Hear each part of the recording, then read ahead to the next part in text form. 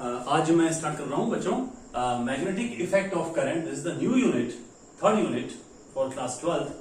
और इसमें magnetic effect of current जैसा आपको नाम से पता चल रहा होगा कि यहां पर यह बताने की कोशिश है, एस्टेब्लिश कर पाएंगे कि करंट के कारण मैग्नेटिक फील्ड होता है।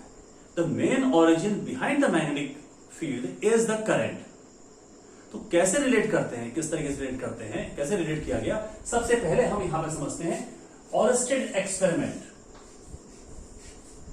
ऑरस्टेड एक्सपेरिमेंट हम इसकी बात करेंगे जिसने सबसे पहले इसको एस्टेब्लिश किया कि करंट के कारण मैग्नेटिक फील्ड होती है। राइट। इससे पहले बच्चों आप समझिएगा एक बात, एक मैग्नेटिक निडल की बात मैं करना चाहूंगा। पहले मैग्नेट आपने पढ़ा होगा, पहले बच्चों मैग्नेटिक निडल के बारे में पढ़ा होगा। मैग्नेटिक निडल क्या होती है कि हम magnetic needle itself is a magnet having its north and south poles. When a magnetic field is placed on the earth it always rests in a definite direction such that its north pole is always towards the magnetic north of earth and south pole is towards the magnetic south of earth, right? जहां तक बात है बच्चों की magnetic north और magnetic south, तो ध्यान रखिएगा जिधर मैग्नेटिक ज्योग्राफिकल नॉर्थ होता है लगभग उधर ही मैग्नेटिक नॉर्थ भी पड़ता है। वो हम ज्यादा एक्सप्लेन कर पाएंगे जब हम आगे पढ़ेंगे। मैग्नेटिक साउथ लगभग उधर ही पड़ता है जिधर ज्योग्राफिकल साउथ है। तो बच्चों निडल की बात अगर मैं कर रहा हूं यहां पर, जैसे मान लीजिए ये निडल है, ये इधर ईस्ट है, मान लीजिए सामने ईस्ट है, वेस्ट, नॉर्थ और इधर साउथ। तो ये निडल को जब यहां पे रखेंगे, कैसे भी हम रखते हैं, तो इस तरीके से निडल हमेशा इस तरीके से आती है, इस तरीके से। ये जो नॉर्थ वाला पोर्शन है ये मैग्नेटिक नॉर्थ की ओर जाता है और साउथ वाला जो है इसका मैग्नेटिक साउथ की ओर जाता है। ऐसा क्यों होता है? This because of earth magnetic field. और ये ज्यादा क्लियर हो पाएगा बहुत ज्यादा जब हम अर्थ मैग्नेटिज्म पढ़ेंगे कि नॉर्थ पोल मैग्नेटिक नॉर्थ की ओर क्यों जा रहा है, साउथ पोल मैग्नेटिक साउथ की ओर क्यों जा रहा है, राइट। और फिक्स क्यों है, एक ही डायरेक्शन फिक्स क्यों हो रहा है। आप इसको डिस्टर्ब करेंगे फिर ये इसी डायरेक्शन में आ जाएगा, right.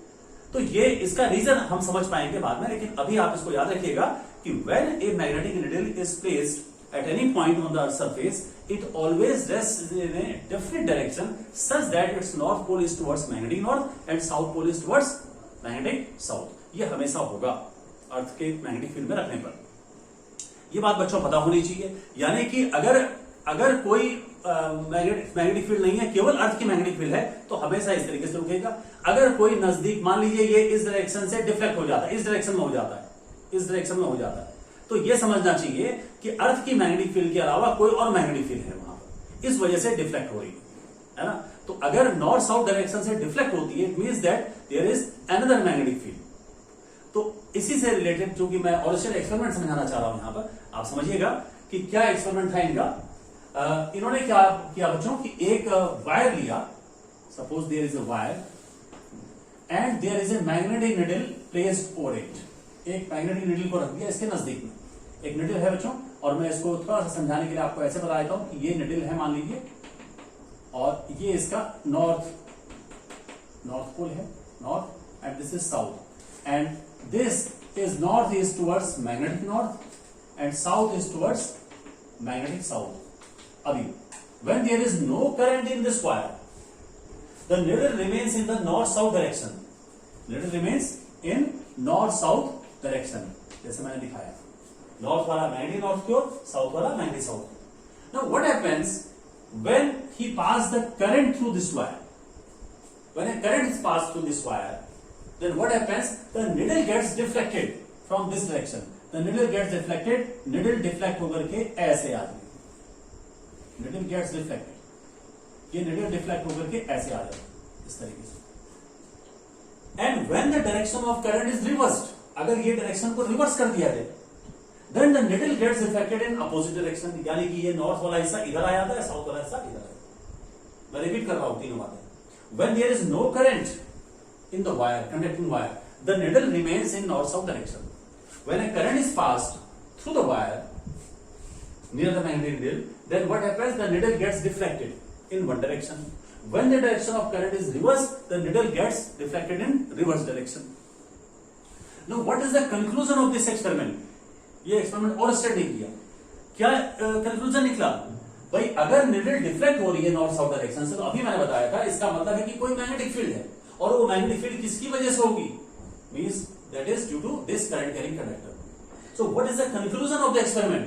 The conclusion of the experiment is that a current carrying conductor produces the magnetic field in the surrounding space.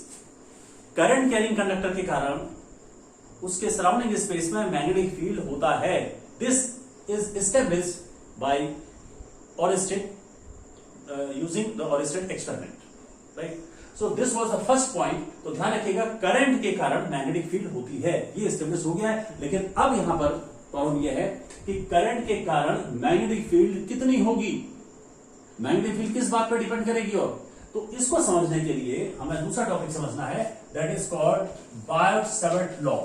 बायट-सैवर्ट law, and this law is very very important, most important. और Biot Savart law बहुत important है बच्चों board exam के लिए, और इस पर application सारी इंपॉर्टेंट है। और हर साल एग्जाम में, कोई भी बोर्ड का एग्जाम हो, ये क्वेश्चन हमेशा एक क्वेश्चन फिक्स है कि बायट-सैवर्ट लॉ और इसकी एप्लीकेशन से पूछा जाता है। So this is the most important topic. तो व्हाट इज बायट-सैवर्ट लॉ? ये बायट-सैवर्ट लॉ इस बारे में है कि magnetic field current carrying conductor के कारण कितनी होगी। तो सपोज कीजिए बच्चों कि मैंने एक करंट कैरिंग कंडक्टर ये ले लिया, सपोज कीजिए एक करंट कैरिंग कंडक्टर मैंने ऐसे ले लिया, current I is flowing through it, and we want to find the magnetic field at this point P। P पर मैग्नेटिक फील्ड फाइंड करनी, राइट? तो बायट-सैवर्ट ने ये कहा, बायट-सैवर्ट दो साइंटिस्ट थे, बायट एंड सैवर्ट, और उन्होंने कहा कि ये तो पॉसिबल नहीं है पूरे कारण निकालना, लेकिन उन्होंने एक करंट एलिमेंट दिया यहां पर। सपोज एक करंट एलिमेंट मींस करंट के डायरेक्शन में एक एलिमेंट ले लिया, इसको वेक्टर डीएल से कहेंगे current element. Current element means the element of current in the direction of current. Current के डायरेक्शन में एक एलिमेंट ले लिया, इस करंट एलिमेंट के कारण जो मैग्नेटिक फील्ड पी पॉइंट पर होगी, तो उसके बारे में उन्होंने बताया एक्सपेरिमेंट। और एक बात ध्यान दीजिएगा, सपोज कीजिए यहां से ये जो डिस्टेंस है, this is position vector is r, और ये एंगल बच्चों सपोज कीजिए कि this angle is theta, right? Then he says that the intensity of magnetic field at a point due to a small current element depends upon the following factors, that is dB is proportional to I। dB means the intensity of magnetic field at the point due to small current element, proportional to I current, proportional to dl, proportional to sine of theta, and inversely proportional to the square of the distance of the point।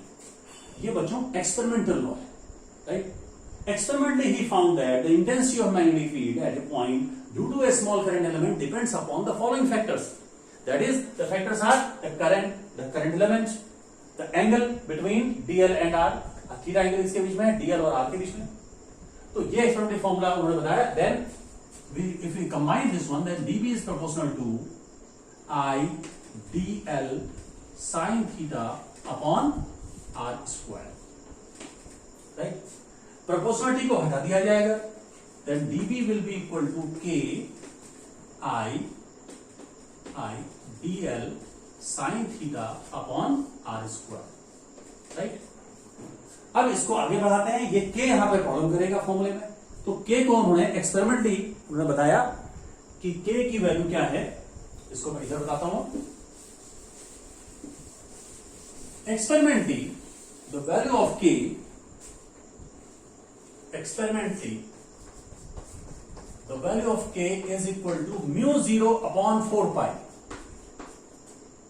what is mu 0? Mu 0 is called permeability of free space, permeability of free space। जैसे बच्चों वहां mu 0 होता था permeability of free space, mu 0 यहां होता है permeability of free space। तो बच्चों ये फॉर्मूला हो गया dB equals to mu 0 upon 4 pi into I dl sin theta upon r square, where this mu 0 by 4 pi has the value of 10 power minus 7 SI। SI unit कह दे रहा हूं, या यहां पर ये भी कह सकते हैं आप, मैग्नेटिक फील्ड की यूनिट होती है टेस्ला, I की एम्पियर, मीटर स्क्वायर इसके मीटर, तो यहां से क्या हो जाएगा बच्चों, अगर यहां से यूनिट लिखना चाहूं तो म्यू जीरो की यूनिट क्या हो जाएगी, टेस्ला, और ये metre square upon metre metre हो जाएगा, एम्पियर -1, या ऐसा ही लिख सकते हैं। ये आपको फॉर्मूला बच्चों याद रखना है। This is the magnetic field to small current element. dB equals to mu 0/4 pi I dl sin theta by r square, यानी एक्सपेंडेड फॉर्म क्या हुआ, the intensity of magnetic field at a point to small current element equal to mu 0/4 pi, यानी कि ऐसा ही मैं अगर रखेंगे सारी वैल्यूज को तो 10⁻⁷ रख दीजिएगा, इनटू द करंट, जो करंट जा रही है, into dl means current element, into sine of angle between vector dl and r। आपके यहां पे दो वेक्टर कौन से हैं, फॉर्म फिजिक्स में हमेशा जो भी एंगल आएगा तो ध्यान रखिएगा हमेशा उनके बीच में होगा जो दो वेक्टर होंगे, जैसे dl वेक्टर है, r vector, theta is the angle between dl and r, sin theta upon the square of the distance of the point from the current element. यहां से आप मैग्नेटिक फील्ड की वैल्यू निकाल सकते हैं। Now remember that like intensity of electric field, the magnetic field is also a vector quantity। तो अब बात करनी पड़ेगी डायरेक्शन के बारे में, जो बहुत इंपॉर्टेंट है। यहाँ पे मैग्नेटिक फील्ड में ध्यान रखिएगा, डायरेक्शन बहुत इंपॉर्टेंट होता है। तो डायरेक्शन कैसे पता करेंगे, तो यहां पर अगर मैं इसको वेक्टर फॉर्म में लिखता हूं, सपोज कीजिए इसको मैं वेक्टर फॉर्म में लिखता हूं, इन वेक्टर फॉर्म, थोड़ा डायरेक्शन जिसे क्लियर हो जाए। वेक्टर फॉर्म में अगर हम लिखना चाहें तो मैं एक काम करता हूं, पहले इस dB को मैं ऐसे लिख देता हूं, mu 0/4 pi into I dl, और बच्चों ऐसा करता हूं, r से मैं ऊपर मल्टीप्लाई कर दे रहा हूं और r से नीचे मल्टीप्लाई कर दे रहा हूं, तो ये हो जाएगा r³ हो जाएगा, ऊपर r से मल्टीप्लाई किया, नीचे r। ऐसा क्यों किया मैंने, अभी आप समझ जाएंगे। देन अब मैं वेक्टर फॉर्म में लिखने जा रहा हूं, dB वेक्टर में लिख दिया म्यू 0/4 पाई, और इसको मैं लिखने जा रहा हूं, क्या लिखूं उसको, dl r साइड पे क्या लिखूं, mod of vector dl cross vector r upon r³, ऐसे लिख सकते हैं। देखिए वेक्टर फॉर्म में लिख दिया मैंने, या dl क्रॉस r भी ले सकते हैं, मॉड लगाने की जरूरत नहीं है। यहां पर अब बच्चों ध्यान दीजिएगा, और ये हमेशा आप वेक्टर आप पढ़ चुके हैं 11th क्लास में, dB यहां पर है और dl और r यहां पर है, राइट। इसका मतलब ये है कि the direction of dB magnetic field is perpendicular to both vector dl and vector r, दोनों के परपेंडिकुलर होगा। dB का डायरेक्शन क्या होगा, क्योंकि इनका क्रॉस प्रोडक्ट है, तो dB का डायरेक्शन dl और r दोनों के परपेंडिकुलर जाएगा। मतलब क्या हुआ जरा समझिएगा। सपोज कीजिए कि ये वायर, यहां बात जो मैं कर रहा हूं, ये ब्लैक बोर्ड के, यहां पे जो ग्रीन बोर्ड हमारा, ग्रीन बोर्ड के प्लेन में वायर ऐसे रखा हुआ है, और यहां आपने मैग्नेटिक फील्ड फाइंड करनी है। तो ये शो करता है कि P पॉइंट पे जो मैग्नेटिक फील्ड होगी वो dl और r दोनों के परपेंडिकुलर होगा, यानी कैसे होगा, या तो ऐसे होगा इस तरीके से, और या ऐसे होगा, है ना, या तो टुवर्ड्स द ऑब्जर्वर होगा या अवे फ्रॉम द ऑब्जर्वर होगा, लेकिन होगा इसके प्लेन के परपेंडिकुलर, क्योंकि ये जो डायरेक्शन है ये dl और r दोनों के परपेंडिकुलर होगा। लेकिन यहां पर बच्चों में कंफ्यूजन है कि डायरेक्शन ऐसे होगा या डायरेक्शन ऐसे होगा, ऊपर की ओर को होगा मैग्नेटिक डायरेक्शन या नीचे की ओर होगा।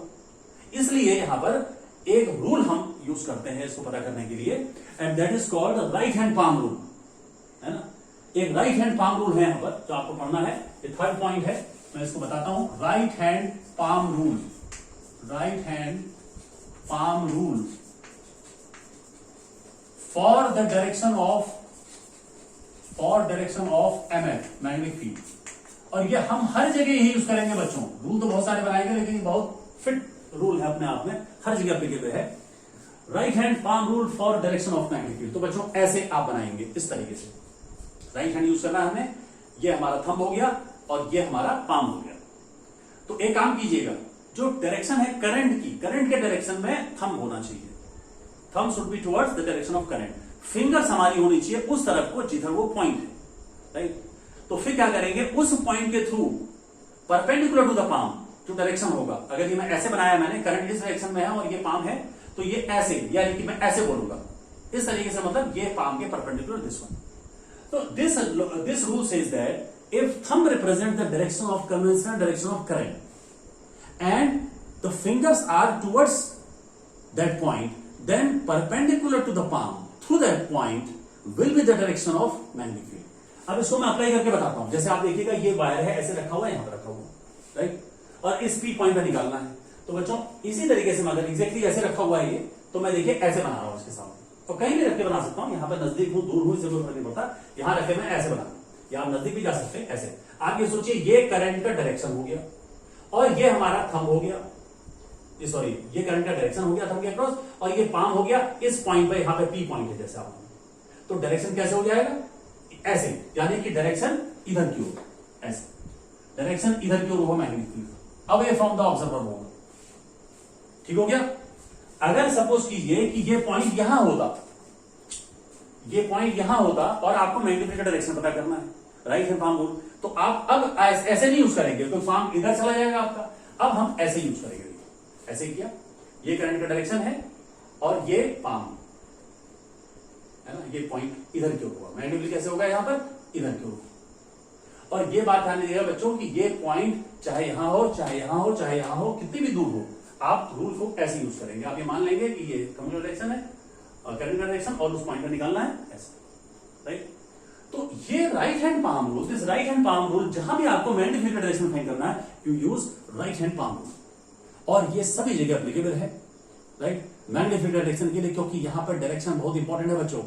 स्पेशली जब न्यूमेरिकल क्वेश्चन आप करेंगे तो ध्यान रखिएगा, पहले आप डायरेक्शन देखेंगे, वेक्टर क्वांटिटी में पहले क्या करेंगे, पहले डायरेक्शन देखिए और फिर मैग्नीट्यूड की बात करेंगे। Magnitude means positive value. So मैंने 3 टॉपिक डिस्कस किया अभी तक। First topic was Oersted experiment, second was the Biot Savart law, and third one is right hand palm rule for the direction of magnetic field.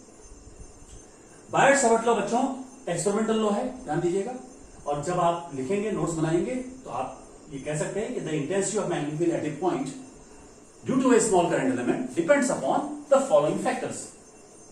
Combining all this, इस one, ये formula आपको याद रखना है, ये जनरल फॉर्मूला है for the magnetic field. और next topic में हम बात करेंगे एप्लीकेशन ऑफ बायट-सावर्त लॉ। अब एप्लीकेशन क्या होगी इन जनरल बायट-सावर्त लॉ की, कहीं भी मैग्नेटिक फील्ड का फॉर्मूला आपको फाइंड करना है, राइट, तो आप जैसे ध्यान रखिएगा, आप इलेक्ट्रिक फील्ड में जहां भी इंटेंसिटी का formula, intensity of electric formula आपको ड्राइव करना है, you use the Gauss theorem.